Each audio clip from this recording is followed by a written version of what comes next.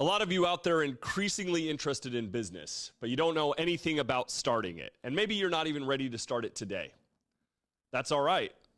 There's actually a way you can pre-plan a business years before you get into it and have advantages once you get to the gate. As usual, nothing's easy, but I guarantee if you follow these steps, you will start out at least mid-level business person. Boy, are you going to hate your first task. I want you to get 2 jobs. I had 2 jobs most of my life. It prepared me perfectly for business. I, like you, saw many of the videos online that said you get to work your own hours, maybe 10 a week, and you get to make millions of dollars. For a guy that was attending a biochemistry program and going to work full-time, I dreamed for the day I could set my own hours. When I finally got into business, I realized I could set my own hours. It was just all the time. There is always something to do. Even as I'm sitting here talking to you, I'm thinking about the multiple things that I could be doing to improve my business as well. But I find value in making it easier for you. If you have 2 jobs, it'll also keep you out of trouble. It'll prepare you for the long hours. And the average small business start cost, believe it or not, is $6,000. There's no better investment on the planet than $6,000 you pay into your business with a little knowledge and some elbow grease that you can turn into hundreds of thousands within a year or 2. Tell me the investment guru. There is no better investment than investing in yourself through small business. It's proven over and over again. One of those jobs I think you should have in your career is a customer service job. No matter what industry you go into, especially in this day and age, if you can provide a great experience, people will come to your businesses. A lot of people ask why my business was such a success early on. I had no budget for marketing. But then if you could rewind the clock and take a camera and follow me around my first year in business, you'd realize that almost every client that walked in the door would hug me on the way in. They would bring back 6 clients dragging in the door. You build a relationship like that with your clients and you don't need to market. In fact, over the 10 years I had that company, I spent less than $1,000 a year, and I had clients like the Rolling Stones, the WWE, knocking at my door. I could have opened more locations if I could have got the staff to do so, because I had projects that I couldn't even take on. But that's a business lesson we'll get into on another day. Another aspect of one of these 2 jobs is sales. The harder the sales, the better. For me, I was a car salesman. I actually didn't believe that I could be one. You'll learn through these videos that I didn't believe much about myself early on. I went and applied for a lube tech job. They gave me a test, and they decided I would be decent on the sales floor. And they were right. My first month, I was the #1 salesman. My second month, I was the #1 salesman. My third month, I was the #1 salesman. My 4th month, they sent me to a seminar by one of the biggest gurus in the world because they saw potential in me. I think they paid $5,000 for me to go see him. I came back, my sales plummeted.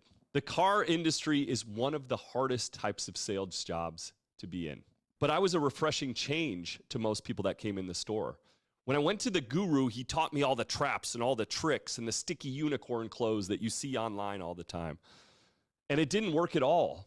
What worked is being honest, caring, and providing good customer service. When I switched back to the way I was before I knew what I was taught from the guru, I once again picked up traction.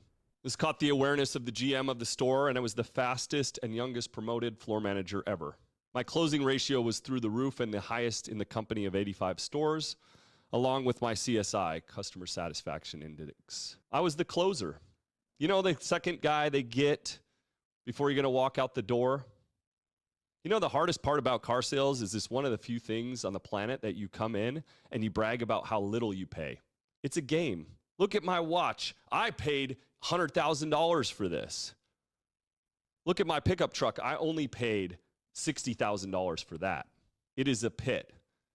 But honestly, car manufacturers and the dealers have made it that way.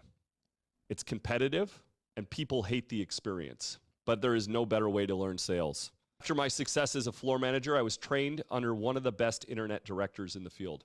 He took me on, mentored me, and not long after, I was recruited by Nissan. I opened the most successful internet sales department in all of Nissan. In fact, I was one of the people that was on the phone with eBay when they were developing eBay Motors, helping them do it. I'll give you a little background in sales because I want you to see the importance it was in my path. And having something hard like a car sales job or a door-to-door sales job made everything else easy.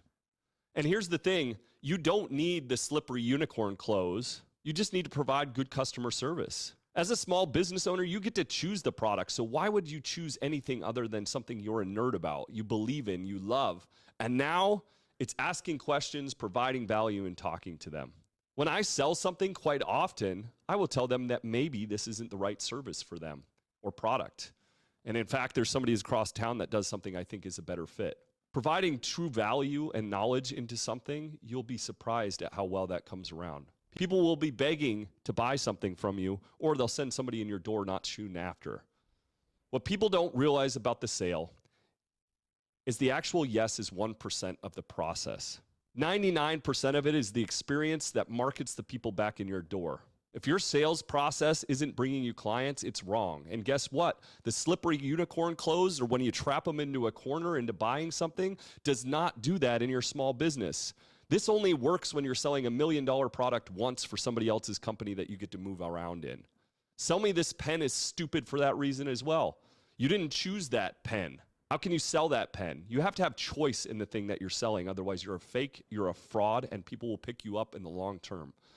You'll never open a business and have a good reputation working in this way. And it's one of the biggest things online I see consistently. So have a sales job. One of the bigger bonuses for me, especially being raised a welfare kid, I was that kid that parents didn't want you around. And not because I was a bad kid, but because they knew I was the poor kid. And also that my dad was in prison. I wasn't the kid you wanted your son hanging out with.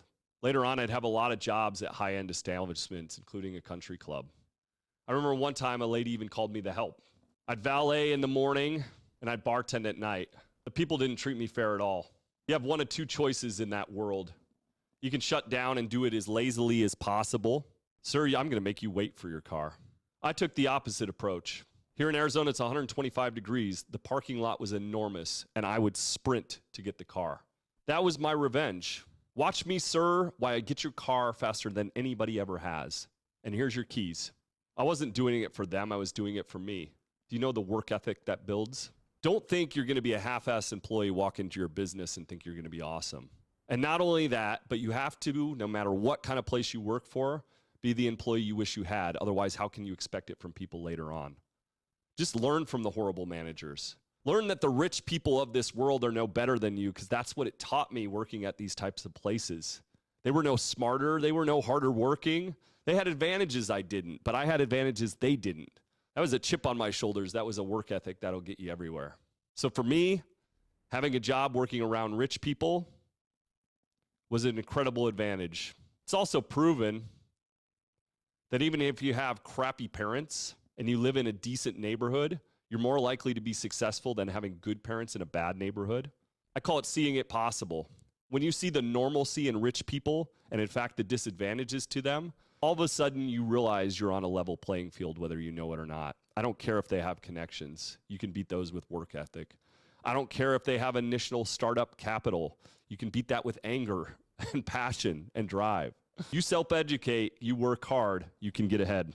One last thing about working a job that you hate. Business is hard. My first year in business, every time things would get really hard, I would have a picture of myself in these jobs, and I would look at it and say, do you want to go back to that?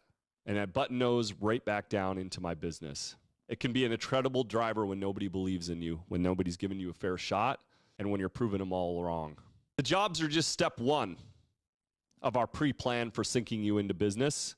There's a long ways to go. We've got to lay some prep work from some accounting, which I can make it fun. We got to talk about some marketing so you're prepared for your first business, and there's a way that you can start that today. I hope you can see the passion that I have in these videos because I want better for you. We need more good-hearted people making it in the world, and a lot of that comes down to the belief that you can actually do it. I aim to give you my heart and give you my mind to help you get there. Till next time.